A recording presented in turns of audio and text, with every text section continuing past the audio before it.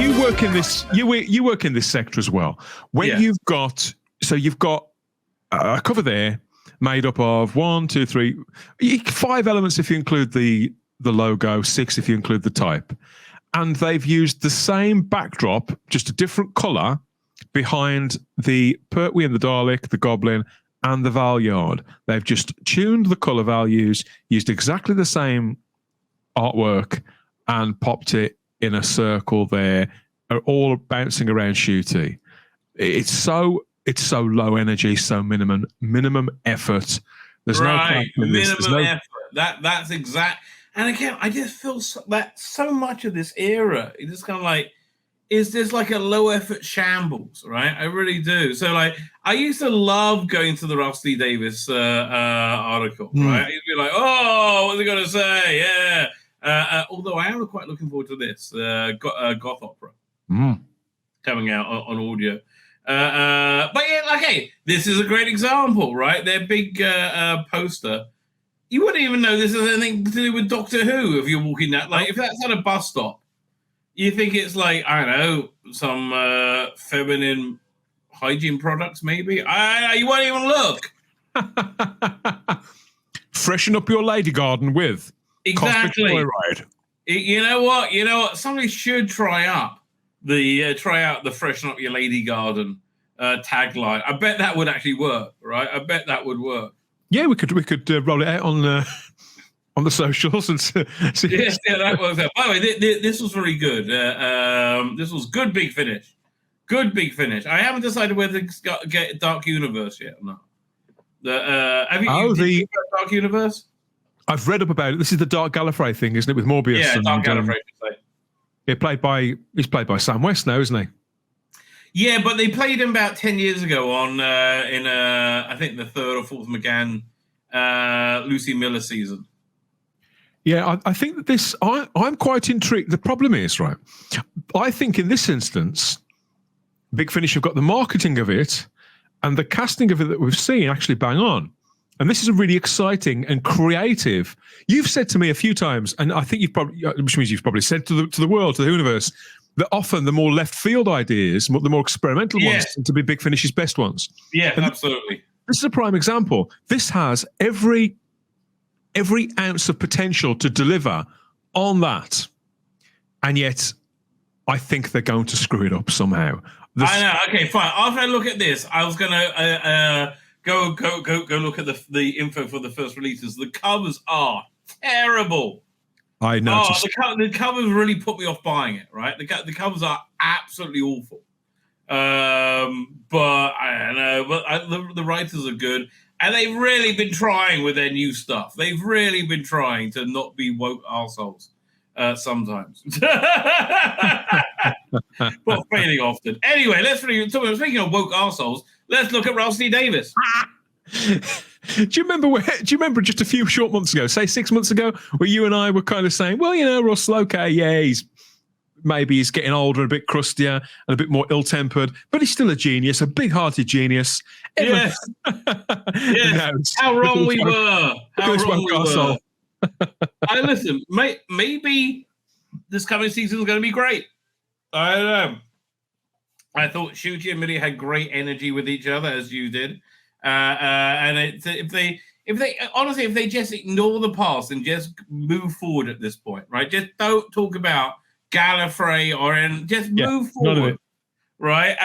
And like you can have old enemies, but they're not going to in this first season, and just do Doctor Who type adventures without focusing on trans people constantly, right? It could be fine, right? It could be fine. Well, now you've got two spectres hanging over the season 1 now. So you've got the spectre of Jinx Monsoon. Oh God, I forgot about that. Yes. And I'm not, as I say, I mean, I count myself as somebody who's generally pretty upbeat about this. But and I don't think the character's going to appear for a couple of weeks into it. But until that character appears, everybody will be braced because it will be all about them. And then you've got the other spectre of it is the Millie Gibson's departure from it. So you've already got 2 great big shadows hanging over the thing. And it's so unfortunate. Right. I just hope it doesn't make its way through to the general public. What's he got to say in it is. It absolutely, because here's the thing. Why was there such great buzz around the Marvel movies, right? The Phase 1 Marvel movies. Firstly, you had like the fandom was ecstatic about it, and that really got people excited about it. And then when they got to the cinema, they had a fun, entertaining experience. It was like a 1-2 punch. But it's like the fandom always works as sheepdogs to the normies, right? So and the normies always can smell, even though they're not conscious of it. They can always smell when something's not working. Which has a fandom. So I think it is going to hurt it, right? I just think this entire production is just shambolic. It's really the only way to describe it. It's absolutely shambolic. There's still not anything out about Millie Gibson. Like, still. Let alone, well, a few months ago, a couple of years ago, shall we say, never mind 20 years ago, Russell T. Davies would have exercised some sort of executive decision-making to have, for example, in his last column in this magazine, he said that, it's not ideal that there's that gap between Christmas and May, and it clearly wasn't his choice. And he made every excuse under the sun. If this had been 5, 10 years ago, never mind 20, he would have come up with some either creative or hard decision whereby he would have eliminated that situation and eliminated another barrier for the viewing public. Now we're in 2024. He knows that this is harming his production, but he's living with it. He would have never have lived with this 20 years ago. He would never have lived with it 10 years ago. And I don't think he would have done 5 years ago either. Is he getting tired?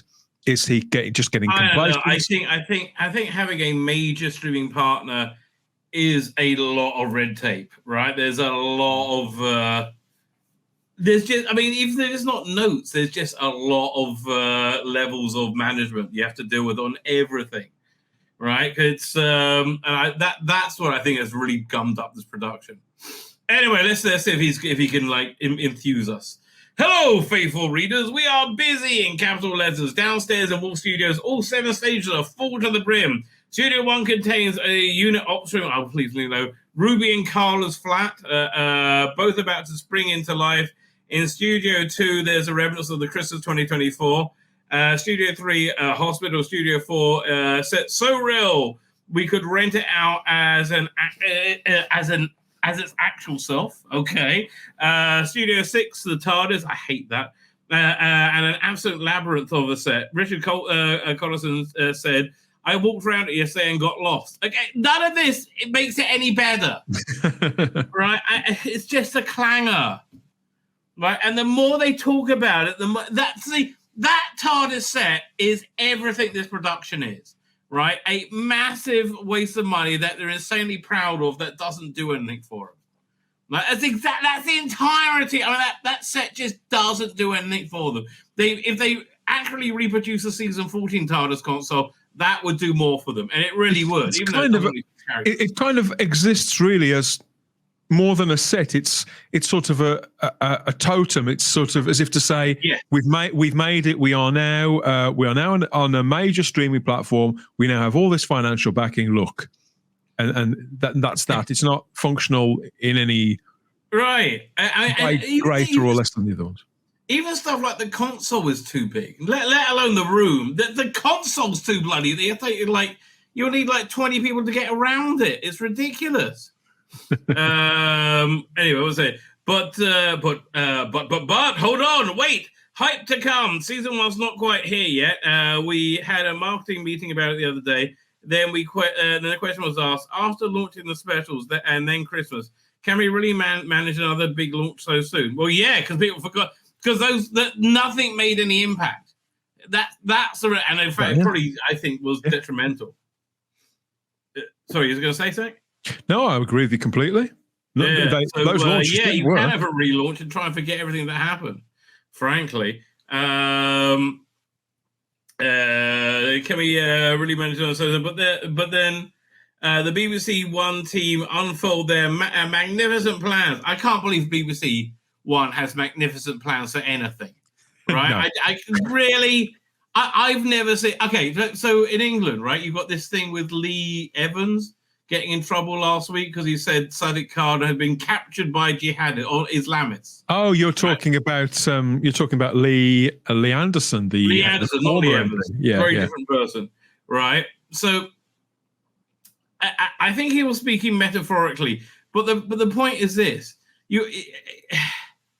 okay, if he has or he hasn't, he's certainly acting like he has, right? He's certainly acting like there's a two-tier policing favoring, Islamic extremism and clamping down on, to my view, from my perception, there is two-tier policing, not just in London, in a large throughout England, right? Throughout England.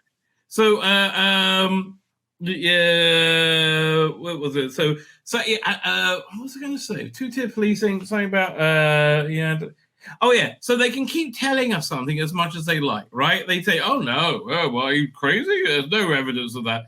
Same with this. You keep telling us you're going to do great plans. You told us that during November and October, November, December, right? And the only good bit we got was 35 minutes of Doctor Who, right? That's the last 35 minutes of the Shooty Gutwer episode, which basically everybody apart from you and me hated. Like it's like literally everybody hated. That was the high spot. Fuck me, that's not a success. There are more people out there that enjoyed it than you'd think.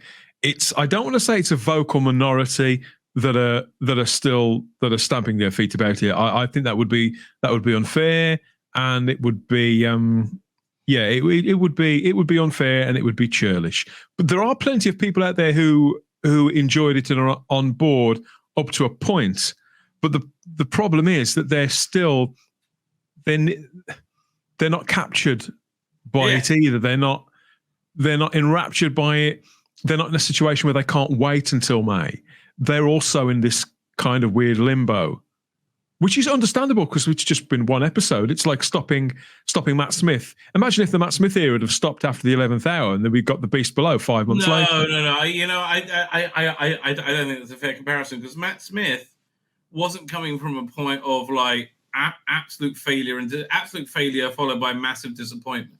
No, that's true. I'm not saying it's a blueprint, the same situation, but for something that's being set up kind of box fresh, which is how there's a great many people who do feel that way about it, who didn't watch the Whittaker stuff, or who were able to compartmentalize it as I am. I've annexed it.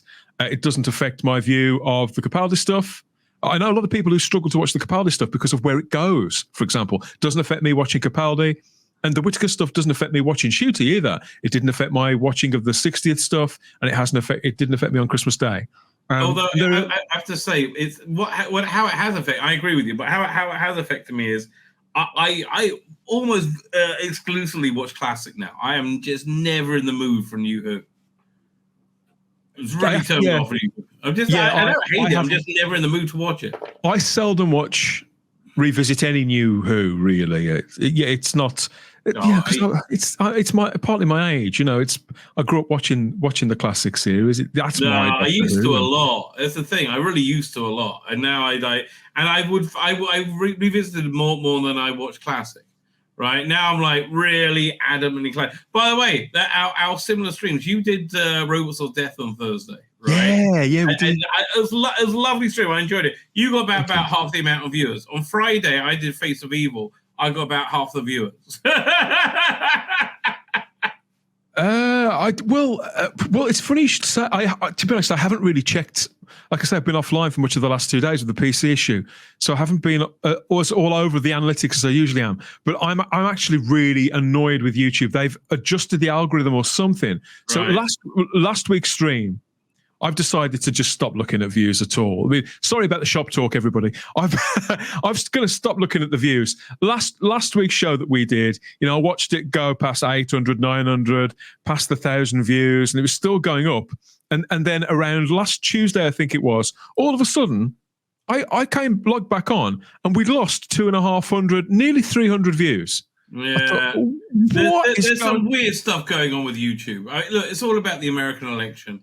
everything's about the American election, but there's some weird stuff going on. Like, because I meant to ask, because people have said to me, and I talked about it a little bit on Twitter, and I've had several suggestions what it could be. And I thought, well, I'll have to speak to you about it and other people who make content. I thought, well, I wonder if, because the last time this has happened before, and I think I did speak to, if not you, then maybe it was Noel Glynn or somebody, and they said, oh no, it's happened to me as well. I noticed a big drop. So yeah, last week, and I don't even know why we've done this week, but I did wonder if you'd experienced the same phenomena. Yeah, but again, it was also again shop talk.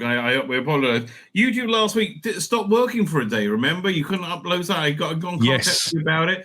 I think it's all connected. Like they're doing stuff about the election, right? They're doing something so they can stop Donald. Everything's about stopping Donald Trump. Nobody's got any other thoughts in their head. They apparently they adjust the algorithm twice a year, anyway, in a calendar year. Right. But yeah, I did hear a far bigger voice talking about this again. I think it was on YouTube, come to think of it. And they were saying how, it's coming up to that time. It doesn't matter whether you talk about politics or not. It's a blanket thing, and that YouTube will be, and their AI component will be there doing their bit to do whatever's necessary to fortify something or other. Fortify election. There you go. Anyway, back to Tzvi Davies. Fine. So launching magnificent plans, and the answer is, oh yes. Some days though we race along so fast, I forgot to look back. So I'll pause and reflect on the best week ever. So you're not going to talk about Millie Gibson then? Okay, fine, good. Let's look at the best week ever. 25th up to the 30th September 2023. The week we shot all 6 Tales of the TARDIS. Yeah, I just get annoyed when I hear people like saying what a wonderful time they had when they produce shit, right? It just gets on my tits, I have to tell you. Having said that, I think Tales of the TARDIS was a very good idea. The thing is, mate, I kind of agree with you. I like the fact that they want to tell us about how much of a good time they've had, but where I would draw the line is, do you really think it's wise that you lift the curtain that much, that we're aware that you did all of this in 1 week? It casts it in a different. You think, well, okay, if you'd have given yourselves more time. But when you looked at it, did you think it took any more than a week? No, but I'd have liked. Well, to be honest, I did. I'd like the illusion of the idea that they cared enough to have planned this stuff enough in advance that they could spend a little more time making something that was, I don't know, a little. And I thought a lot of those, most of them were quite magical. But just think how. Based on the performances and the actors, it was lovely. But just think if they'd have thought the format through a little bit more, tighten things up a little bit, maybe put some. I don't want to know all about the mind TARDIS or whatever it was called. I quite like sort of amorphous ideas like that, like the Watcher. I quite like those kind of over romanticized things. But I think if they'd have had a little more time, if they hadn't have had to pull this out of their arses by whenever it was in September, then we would have something that we could really cherish, and we'd be looking forward to seeing them build on. But right now, I mean, would you care if they ever made any more of these? Listen, I like it because I think it's a good gateway. It makes it easier for people to experience classic Who. It definitely worked in that respect. It did. That I'm totally up for. I don't think the colorized Daleks did that, right? I really don't think that was I think that appealed to a very small group, right? I don't think it appealed to like traditional Doctor Who fans. I don't think it really appealed to newer fans. I don't think it really appealed to normies. I just don't think it was. People watch it as a curio. You liked it, but again, I just found I think that they know. I think they were well aware of who it would appeal to. That's why it was on BBC 4 and not BBC 2. At the time when it was launching, there was a lot of complaints. Over on Type 40, we were fielding a lot of comments. Why is this not on BBC 2? Because it simply didn't have the broad enough appeal for them to even put it on BBC 2, and they knew that. They knew that. It's deeply. Anyway, fine. So what they're filming the TARDIS tales. Thing is, I don't do conventions. They're not for me. Phil has always said, I'm mad, and what fun they are, and how the best thing is that you become mates with actors from the classic show. That week I saw in action every day become a rolling conversation in and out of the office as actors came in for costume fittings and prep. Scott Hancock would pop his head around the door. Katie Manning's here. Well, that does sound fun. Yeah, it does. Yeah. I made up for them in some respects, but other people have still got to watch this stuff. What's the point? Other people have paid for this stuff. This was made with a license fee, all this material. Right. Okay. I mean, for me, it just looked a bit cheap, but whatever. It was. That's what I liked. I did like the cheapness of it because I'm a classic fan. So yeah. I do agree. Anyway, came in here. Janet's in. Hello, smiles, hugs, and hoots. Sophie hugs. This becomes like a normal day. I wouldn't be surprised if I found Chameleon lurking by all accounts. Well, let's wait and see. But who did Chameleon? John Coleshaw did Chameleon on audio. Audio. I thought he was very good. I think he's very good whenever he does anything, quite frankly. The best part was we couldn't let these actors come to Cardiff, the home of Doctor Who itself, without celebrating them. So while we shot each tale, one a day at night, we'd take tomorrow's team out for dinner. Partly so director Joshua Thomas could meet them and get to know them before the next day's shoot. It's. I do feel like it's like waving like their extreme power and privilege in our face. Like, oh, now we got to play with Tom Baker. Whoa! It has got that feel about it, isn't it? It does, doesn't it? Gives off that stench. Let them eat cake. But to hell with that. I mean, and again, look, it's nice that they're doing something that I would enjoy. Don't get me wrong. Like somebody's doing it, but like, and I'm glad they like it. I don't want to be jealous. But like, fuck off, mate. Can you make me some good Doctor Who, right? Without chicks with dicks in being the center of the fucking stage for 10 minutes, right? That would really make all the difference in the world. If you could just make some Doctor Who without chicks with dicks, right? I know, crazy. But I just like my chicks without dicks. I'm an old-fashioned guy, mate. You're so hard to please. Rusty Davies likes the dicks. That's the trouble. He does like the dicks, all right? Right? He likes them when they're on chicks. He likes them when they're on blokes. He's non-negotiable, isn't he? He does like the meat trumpet. That is true. Bit of feminine one or not. Anyway, and the best part we couldn't tell blah blah blah. Probably so. But the hell with that. The real reason was so we could sit and hoot. Oh, the Ivy in Cardiff became our convention center.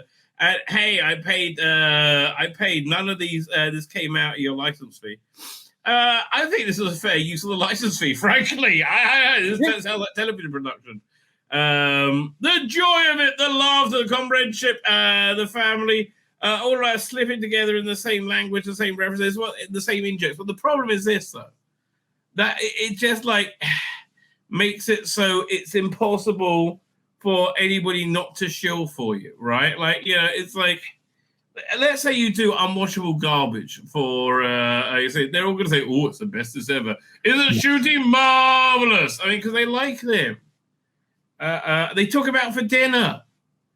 There's an interesting law in Orthodox Judaism, like when we have like cults and all that legal stuff, yes, that a judge has to be wealthy.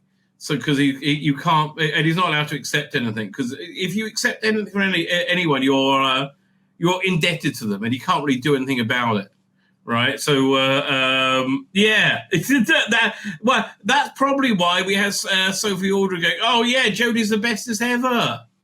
Like, because she gave her a job, basically, I guess. I don't know. Anyway. It's human nature. You asked me a few minutes ago about the Daleks in colour. And, I've spoken honestly about the Daleks. I did genuinely like it. But I won't deny the fact that I know a couple of the blokes who worked on it. Makes a huge difference. Makes it, means that I can't speak completely neutrally about it, because I've known these guys for a few years. I've publicly endorsed their work. I've interviewed them 2 or 3 times. So so all I can say, I'd like to think I would have enjoyed it anyway. I'm pretty sure I would have enjoyed it anyway. But you don't go out of your way to be impolite. I mean, I haven't messaged either of them with the things that I didn't like. And what? Why would you do that? Exactly. Like why be a dick? They work very hard. Right. Absolutely. Yeah, I agree with you there. It's just like, honestly, it just kills me. We're so close to technological breakthroughs that all this, all they're doing with reconstruction right now, I just feel was like a waste of time. Are you getting the Celestial Toymaker reconstruction? I am. You are. Ooh, we have to talk. Maybe we did. Yes. Yeah, we did. We've sorted it out. Okay, I couldn't remember. When's it come out? That's soon, isn't it? I think it's out. Is it out tomorrow or the week after? I think it may be out next Monday. It's out soon, if not tomorrow. Okay, the screening of it at the BFI, people liked it. They said, look, the trailer looked shit, but this actually really worked well for some weird reason. I think that, again, speaking, I'm somebody who I don't like the look of it, but speaking as somebody who likes animation, watches a lot of animation, I think there could be something with it whereby if you sit down and watch it and you kind of let it work its magic, maybe that as a piece of work in itself, it's all kind of looks as if it belongs within its own little world, and it may be okay within the confinement of that 100 minutes that one would spend watching it. Okay. Which does hold, and for everything that it isn't, which certainly isn't what, these aren't the choices that I would have made. This isn't my preferred option at all. But I'm going to buy, I'm invested, I'm buying this line anyway, I'm supporting this line anyway. So you think, okay, can you enjoy it on any level? I think if you can sit down and for that 100 minutes be served up something that looks where everything belongs of itself and that at least matches the voice work, then that's not a bad thing. That's not necessarily a bad product. Honestly, on its own terms. I wish I was like a billionaire, because I would, as a private commission, pay Callum Weston to finish off those 2 episodes. I agree. I mean, without blinking. This is why I'm very sympathetic and respectful to Ian Levine and what Ian's trying to achieve. Yeah, even though what he does, generally speaking, I think kind of cack. But God bless him. Yeah, I think Ian's heart is in the right place. Exactly. He has put his money where his mouth is multiple times. I also know that, but I've also spoken to Gary Russell. Gary's a nice fella, and I know that he's not aiming to piss people off. No, but what can I tell you? That's the trouble with not having anybody in the entertainment industry, that has any different thoughts. Right. What I don't understand is how you can have this community, and more to the point, this resource, this reserve of immensely creative people, highly motivated people who really care about this brand, who ultimately all want the same thing: the endurance of Doctor Who and the broadening out of its appeal. But nobody's speaking to one another.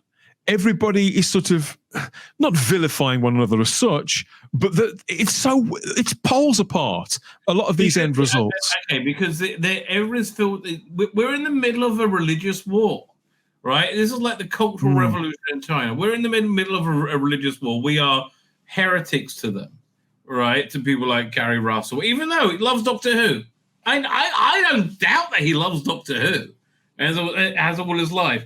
But we are in the middle of a cultural revolution, and they can't let it go, right? Ralph C. Davies, Starbeast, he just can't let it go because we're in the middle of a cultural. It's a religious war. It really is. It's a religious cold war.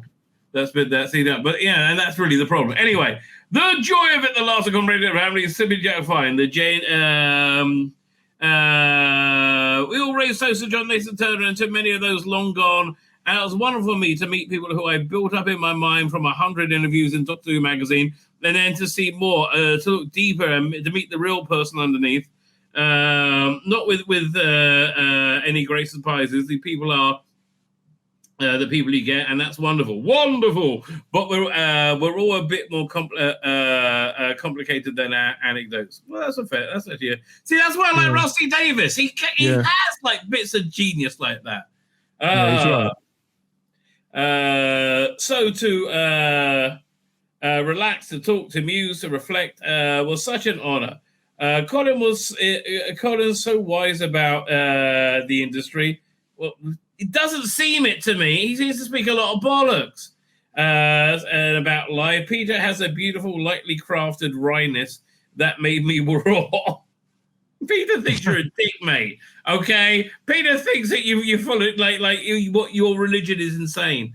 Nicola's absolutely fascinating with some powerful insights. Oh, that's what they call them.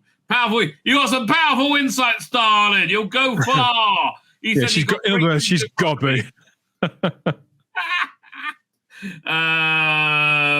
Into the world. Sophie's love for her family is like a shining beacon. Janet is so sharp and brilliant and hilarious. That's code for she's a cunt. And I bet she is. God bless her. Sylvester and I simply fell in love. Kate's care and compassion, asking after my late husband, was a great treasure. Good old Danny hadn't. Who's Danny? The lad that's Daniel Anthony from the Sarah Jane Adventures. Had an Asian spec, and meeting his girlfriend was delightful. Although, she didn't have a dick. Was very upset. And Wendy and Fraser carried the decades of love and friendship between them. What would you think about Fraser Hines playing the second Doctor on screen? Yeah. No. Really, I think he could do it. No, doing the voice, I think, just isn't enough. I think I can get away with it on audio. No, I'd rather. Maybe he's not spry enough anymore. I'm trying to think, what actor could you then face swap with Patrick Troughton to make a good? I think you have to find somebody who has a very similar. You see the people who. I'll tell you exactly who. Right, Patrick Troughton's grandson, the guy who played Dudley in the Harry Potter movies, who's now super buff. Really interesting actor, real kind of dangerous looking actor. Well, he has got a similar kind of quality, obviously, because he would have naturally. But there are others too that have that kind of crumpled but hawkish look that the Harry Melling, Patrick Troughton sort of switch between. So I think the trick with recasting parts like that is to find somebody who can evoke the personality and the energy of them, rather than somebody who looks at the spitting image of them. Well, that's the thing. Look, he doesn't look a spitting image. He's more of he's got that kind of like Chaplin-esque quality that Troughton had. He would absolutely. From what I've seen, he would work playing the second Doctor. Certainly would, and I can see why. Even though he's nowhere near as tall as his father was, Sean Pertwee would also. I think he would play the third Doctor very, very well. Wait. Harry Melling is Sean Pertwee's son? No. I'm talking about. You're talking about Sean Pertwee. Yeah. I'm just talking. To the third Doctor. Frankly, I think Tim Trelaw could do it. You put a Buffon wig on him. He's got the nose. It's fine. Tim's I've met and interviewed Tim, as everybody's seen. Well, if you haven't seen, then why haven't you seen over on the Type 40 channel? But Tim Trelaw is a very kind of. He's actually quite a burly man. He's a typical sort of old-fashioned Welshman in many respects. Yes. Very burly, likes to drink. More like, what's the name? The person that Joe Grant married, Dr. Jones. Yeah, he's a lot more laddish. I think it's a different kind of. It's a different kind of energy. I always thought that the guy Robert Bathurst, I always thought that he could play the third Doctor really, really well. And yet, in many respects, you could say that he looks nothing like John Pertwee, but he's got a similar energy about him. The height, I think, helps. The fact that his personality is not a million miles away from Pertwee's own. If you search for Robert Bathurst. Not so much now because he's starting to age, but certainly Robert Bathurst around the year 2000, 2005, you probably see what I mean. There are, and I suppose there are others, but more to the point, I suppose, recasting those parts is really tricky. in some ways, I think David Bradley was. I can see why they brought him back to play the First Doctor, and in many respects, Also, it was a different. Okay, when this all fell apart, honestly, Robert Holmes had this weird intuitive knowledge that the character can take 13 regenerations. After that, it falls apart. Yeah. Right? It really did. What they should have done is when Capaldi regenerated, do it in some way that it had to reboot the universe. So he knew he didn't know anything anymore. Like when he met the Daleks, it'll be for the first time, and he could somehow get a sense of his past, but he didn't know it. It wasn't clear. Yeah. And let's start anew, like build up a new lore, right? And I think that would have worked much better, and they would have got away with a lot of the stuff with Jodie if it wasn't, so incredibly shit as well. But like you can get away with like the universe ripping up lore, but the trouble is they waste too much time focusing on Gallifrey, right? But yeah, I mean that's really weird. Anyway, where are we up to? Again, we're with the Wendy and Fraser Cameron, blah blah blah. It made me realize a simple truth: when they cast the Doctors and Companions in the past, they didn't really cast the best. We take that for granted as fans, but truly, step back, look at them. They are the best actors and the best. They did cast the best or didn't cast the best? Wait, let me read that again. When they cast the Doctors and Companions in the past, they really did cast the best. Fine, now I understand. That makes much more sense. We take it for granted as fans, but truly, step back and look at them. They are the best actors and the best of people. Best of actors, best of people. We were lucky then, and we're lucky now. And the fact they continue to love the show is a miracle. Well, it's looked after them pretty well. The only two who missed dinner were Peter and Maureen because they had the Doctor Who Radio 2 concert to get to that night, and I think they were glad to escape our table manners. But this meant... sorry? Glad to escape a table manners. Well, I can see Peter Purvis being a little bit more straight, right-wing, normal. Right? But, I think Peter Purvis voted for Brexit. I would, yeah, probably. Don't bring that up in conversation. I don't think it'll go down well. But that meant we had a great time, meeting them on set on the actual remembered TARDIS itself. What an honor! Both the kind of shrewd and happy welcoming me aboard with true captains of the ship. I don't know. I kind of like that set. It was so stupid. You see now Russell. That was kind of what it was. Sorry. Now Russell is starting to overdo it a touch. In this piece, it's starting to get a little too saccharine and a little too puffed up. Yeah, well, that is Russell for you. When the shoot came to an end, I realized a very simple thing. It had been the happiest working week of my entire career. I can believe that. I've been lucky. I've had some truly exceptional times. And yes, without a doubt, that was the happiest. Thank you all. Thank all of you. The good times rolled on, and then we had the launch of the Starbeast. Well, boy. That didn't go the way you thought now, did it? As he mentioned when he went on the One Show after the Children in Need special, that wasn't the best week of your life, Russell. That wasn't the best week. Yeah, it was sweating bullets in. Doesn't that feel like history now? No, it doesn't, because we've forgotten about it, because it was a completely forgettable piece of shit. Oh, Russell, mate, what can I tell you?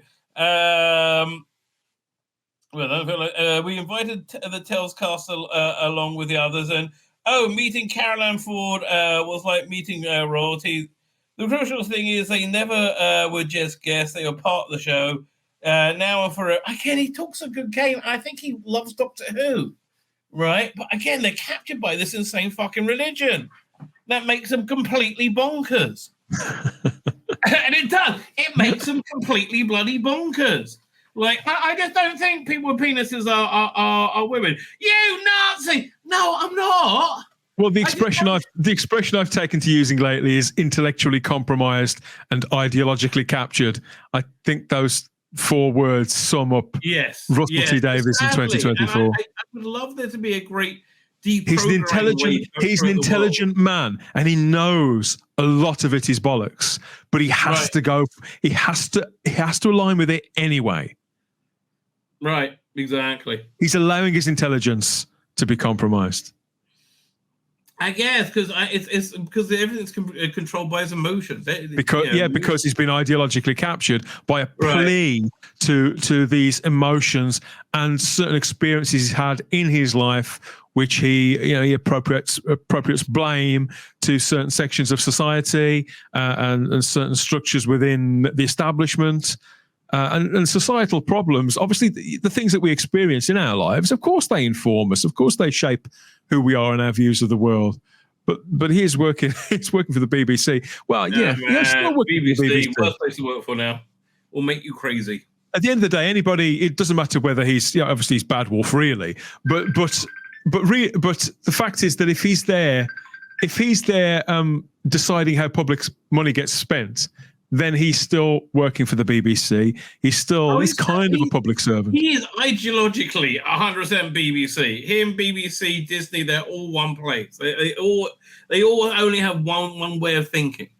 Fine. So we're talking about that. Have you noticed the classic cast? Phil looked around the resident. It's like they're all standing a foot taller. He was right. The launch of Tales plus the 60s plus the colorized Daleks, combined with the arrival of the mighty Hooniverse, 61.7 million hits on iPlayer. Oh, fuck off. Way beyond expected. Way beyond expectations. Fuck off. Stop. We know you're lying, okay? We know you're lying. Has brought down the final barriers. We've always been unsure of the correct phraseology. Classic Who, new Who. It doesn't really matter anymore. It's all one big, wonderful Doctor Who. Well, not really. I think you're just saying that to legitimize your stuff that hasn't really been a lot like Doctor Who at all. So, not really, no. Probably do it. Let me see. There's an ad for this. They're putting out a trade paperback, or the second trade paperback of the Jodie strips, and I'm like, here, do I have a picture of it here? Great cover. Don't get me wrong, really great cover. Oh, that is quite a nice cover, yeah. It is quite a nice cover, and I think they spent money on that cover when they. I remember the artwork for it was really bad. I think Scott graded the artwork on it. It was like really, really, really ropey. But is this going to cover the cost of production? I can't imagine, right? I can't imagine it's going to. No. It's and then next month. They got a whole feature of Millie Gibson. This whole thing about, the costumes. It was kind of like their lead story for the issue. And I'm really not that interested in it, only in that it seems to me they'd have lots of bad ideas, right? It seems to have lots of bad ideas in it. Like Shooty not having the same costume all the time. Or even vaguely similar costume. Like I wish his Regency costume or his Sixers costume, like it echoed. Oh, hello, come here, hello. Echoed his this main costume. Okay, Whitey, what are you doing, darling? The cat's like exploring everything. Here, do you want to come and say hello? Yeah. One second. Let me sit down. She's probably going to want to run out my arms the minute I sit down. Okay, Whitey. Here we go. Oh, you want to go? Whoa, and off she goes. There you go. Why? I just cleaned all that. Don't play with the action figures. Please. No, don't go there. Oi. You're like more annoying than my kids. What can you do, ladies and gentlemen? What can you do? Fine. Where are we up to?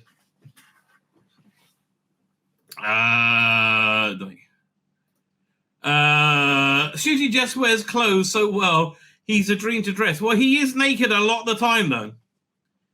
Fine. The 50th Doctor has already wowed the public with his varied wardrobe. This issue, Jason Quinn. Oh, man. Jason, mate. What are you doing this time? It strikes me you're probably doing something a bit creepy. Because that's what you do a lot of the time. Catches up with Pat Downey, the costume designer behind the Doctor's awesome outfits.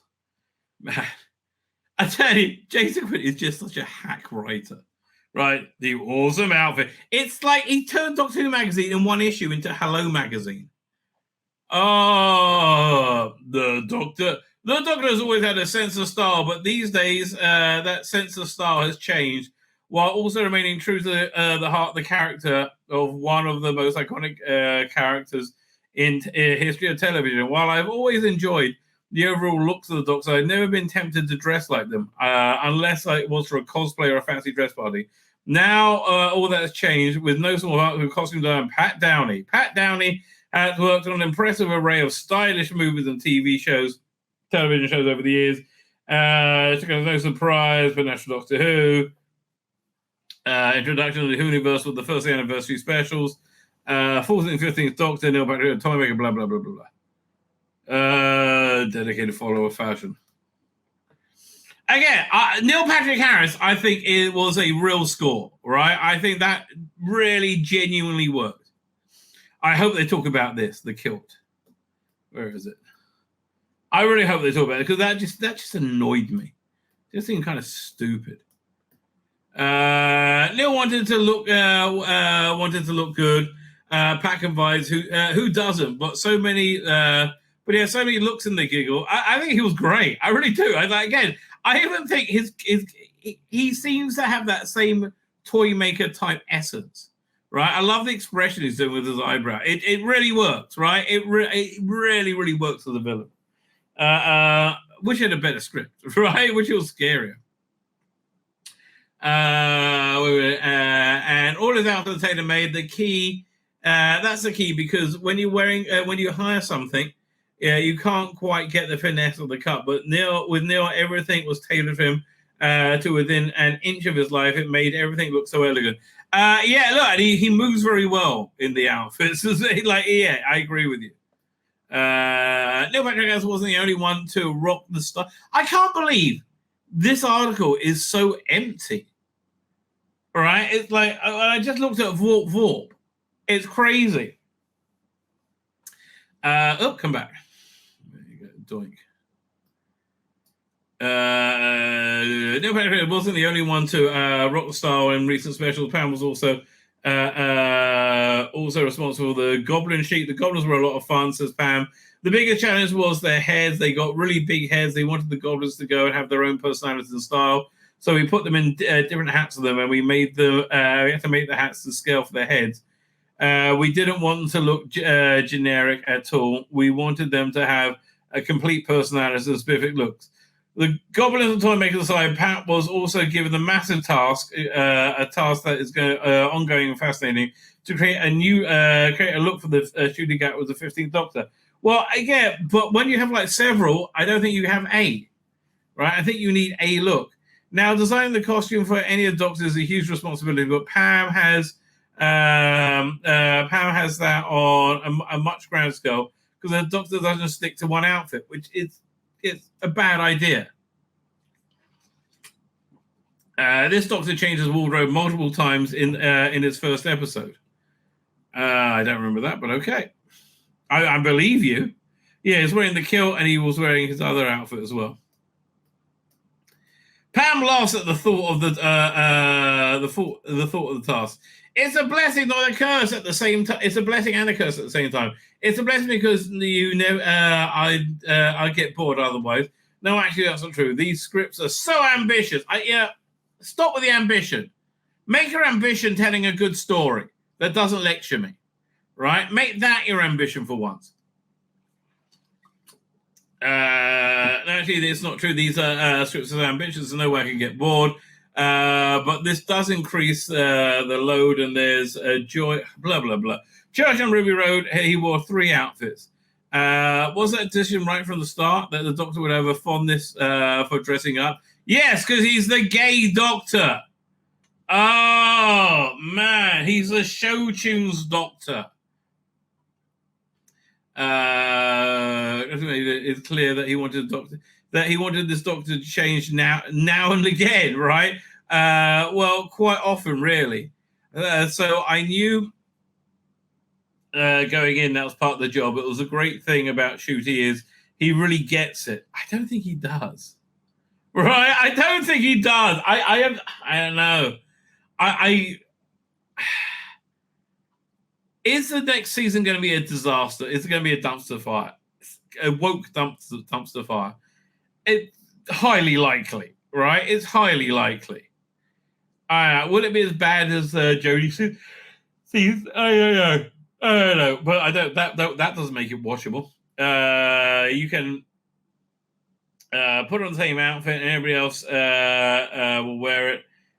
Put him in it; he owns it. Like, he's a massive difference to a costume designer. Of course, he has to like what you're asking him to wear. Obviously. This begs the obvious question: has Pam ever given an outfit that he wouldn't be seen dead in? Oh no, says Pam. They pay me to wear these outfits. It's fine. Pam are going into these about the whole process, dressing the doctor. Finally, oh God, it's just like if I was interested in costume design, right? I'll be pissed off because he had like what 3 pages so far, and said how many pages has it been? We're on the fourth page. We're on the fourth page of this article, and it actually hasn't said anything yet. That's what this new that's what Jason Quinn's Doctor Who magazine is, right? It really is. It's just fluff, mindless fluff. This is a shame. I do discuss these things with him. I don't drop an idea on him. We have lots of conversation first, so I know what he will like. Remember, he has to support the look. He has to wear it, and he's taken a big leg as the main Doctor, so he has to be comfortable. Well, I mean, yeah, but look, Matt Smith essentially came up with his own costume after they gave him like these really kind of crappy costumes. But yeah, I'm so glad he did, because him understanding the role made it so much better. This thing is discussing one of our favorite Doctor outfits. The first meeting with the first meeting of Ruby and the Doctor, and that kilt.